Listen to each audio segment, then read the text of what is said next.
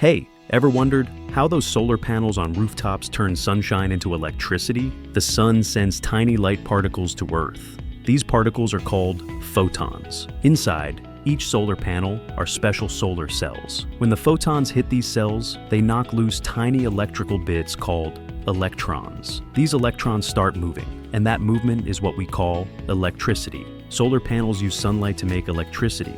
But wait, your home can't use that power yet. It first goes into a machine called an inverter. The inverter changes the electricity into the type your home needs, AC power. Now, your lights, TV, and fridge can run on sunshine. Sometimes your panels make more power than you need. You can send it back to the grid and get a little money, or store it in a battery to use later, like at night or during a blackout. So that's how solar works. It's clean, free, and kind of like science magic. Want to power your home with sunshine? Talk to Green Home today. We'll help you get the right solar system, battery, and rebate.